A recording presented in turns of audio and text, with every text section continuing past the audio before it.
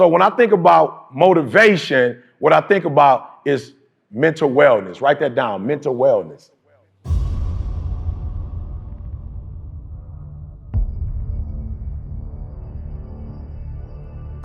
We got to get to a point in life where we just don't focus on physical strength. Like we all in the gym, we vegan, some of us, we eat right? We take care of our physical bodies, but we don't take care of the mind. And when the mind is messed up, everything is messed up.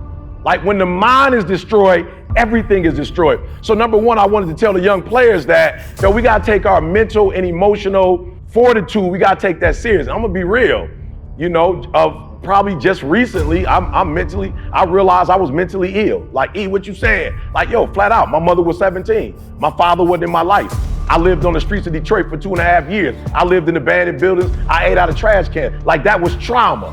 And my whole life, I was taught, like, you a man, be strong. Like, you a man, you don't cry. Like, you a man, be tough, right? And I personify that. Like flat out, like my videos, I ain't telling nobody, you get to whine, you get to give up, you get to cry, I ain't on that. But I realized in my own personal life, like, E, you've been traumatized, bruh.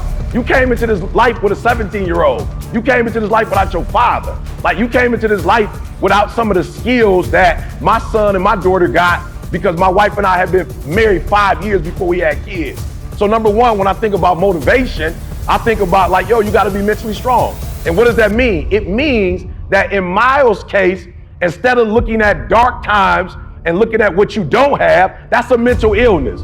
A mental illness is, even when you got it good, you find a way to see the bad in what you have. A mental illness is, even though the Lord has blessed you, you don't see what the blessings are. A mental illness is, you don't have the ability to count on one hand all your blessings, and when you're still in the funk, you go to the second hand and you count. And so I started to become mentally strong, and I was able to look at, homeless ain't the worst thing that ever happened to you. Like you could be dead, right? So what do you need to do? You need to start going to church.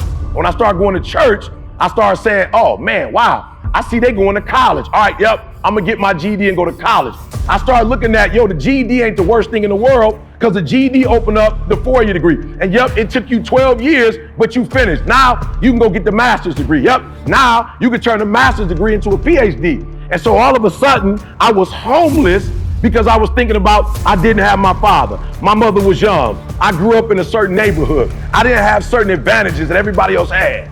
So number one, and I want to stay on this one because, like I said, this kid never cried. He never complained. And so one of the things we want to do with our young players is like really help them to understand that while you got to go out there and put the points up, at the same time, you got to make sure mentally you're strong. Because a lot of stuff is going to happen in life, and you got to make sure when you get hit, you have the ability to get back up. Real quick, I want to make sure, when I say motivation, I'm actually talking about mental health. When I talk about motivation, I'm actually talking about, again, when I talk about motivation, I'm actually talking about, one more time. When I talk about motivation, I'm actually talking about, and how many of us, like for real, I know we hit the gym in the morning. I know we do that. I know we work out, we work on our games, but just being real, how many of us spend as much time on our mental health, motivation, like the ability to say, my favorite quote, never let a good crisis go to waste. My son, can you give me, Candace got the book. Let me see the book real quick. So mental health is, we are in a recession, right? That's mental health, we're in a recession. Like as a speaker, I don't know if y'all know what this means, but as a speaker, they said something about social distancing. Rocked my whole career. That's all I do, thank you, son. That's all I do is speak. So in 2019, when we entered 2020, they really said my whole job was gone, right? I'm accustomed to being in the locker room or being on the field or being at a stadium or being out of the country, talking to 10,000, 5,000. My whole job was gone. So what does mental health look like? It looked like, instead of me saying, man, I done lost my whole job. Like I'm used to making, at that time, $50,000 a pop. Like ain't nobody paying that for no Zoom. Mental health was, E, relax. E, count your blessings. E, look within and see what can you do, even though they've taken your main source of income, what could you do? And so for those 2 years, I wrote a book. I got a publishing deal. right? I wrote a book, right? They came to me, hey, we're gonna pay you this much. I said, I'm good. I want a greater percentage. Like, I'm betting on ET. Like, flat out, I'm good. You ain't gotta give me no nothing up front. I don't need no royalty. I don't need nothing. I just need a greater percentage because I believe I'm gonna sell 1 million books. So during the recession, my mental health was like, yo, they've taken the one thing that you know, the one thing that you're good at. They've taken that away from you. I thought it was gonna be 6 weeks, then it was 6 months, then it was a year, then it was 14 months, 16 months. It was 18 months before I got back on the road again, right? Motivation is mental. Yeah, come on, motivation is mental. Good, motivation is mental, and we gotta work on that. So being honest, how many of you in the room, you spend as much time on your mental health as you do in the gym or as you do playing basketball? Let me see your hand, right? And it's cool, whatever, but I'm just saying, I got a kid who is dying of cancer. He knows he's going to die.